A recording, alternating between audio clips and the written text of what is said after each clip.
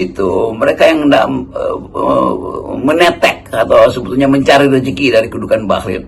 Jadi kalau Bahlil dibatalkan oleh UI, itu artinya berantakan semua perencanaan politik dan perencanaan bisnis dari orang-orang di sekitar Bahlil. Nah, kita mau sebetulnya melekatkan dimensi ini, dimensi status dari Bahlil sebagai politisi, sebagai anggota dari satu OKP, sebagai Menteri SDM. Nah, semua ini harus kita terangkan, kendati sifatnya hipotetis, tapi hanya itu penjelasan yang ada selama ini.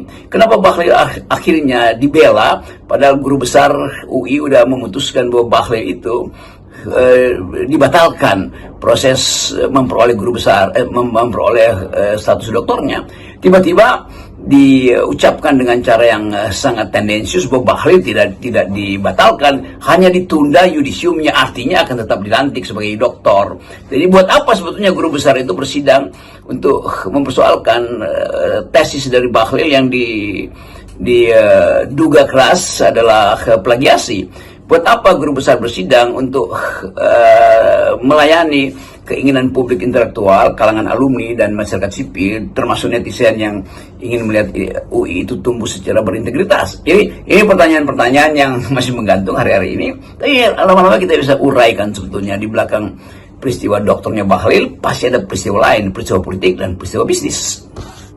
Menarik juga untuk menyoroti posisi Majelis Wali Amanah. Ini kita bisa duga akan berhadapan dengan para guru besar yang terhimpun dalam Dewan Guru Besar. Ini kan posisi Majelis Wali Amanah ini kan jelas sangat politis.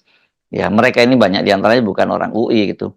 Dan mereka ditempatkan di situ karena transaksi dan kepentingan politik penguasa, sementara para Dewan Guru Besar kan landasan utamanya jelas adalah soal etika.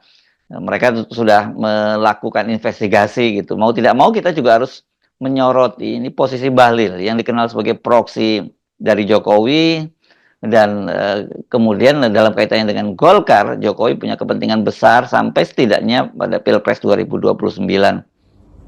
Tentu kita bisa membayangkan kalau Bahlil akhirnya sedang diproyeksikan untuk jadi pemimpin baru Indonesia.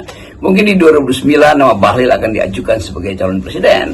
Karena itu dipersiapkan dari sekarang sumber daya ekonomi, sumber daya intelektual, sumber daya politik, dan sumber daya sebetulnya jaringan sosialnya. Kan kita tetap lihat Bahlil ada di dalam semua peristiwa politik, peristiwa ekonomi, peristiwa bisnis, peristiwa jaringan OKP, dan itu yang memungkinkan Bahlil akhirnya mulai merasa bahwa dia bisa mengendalikan semua hal.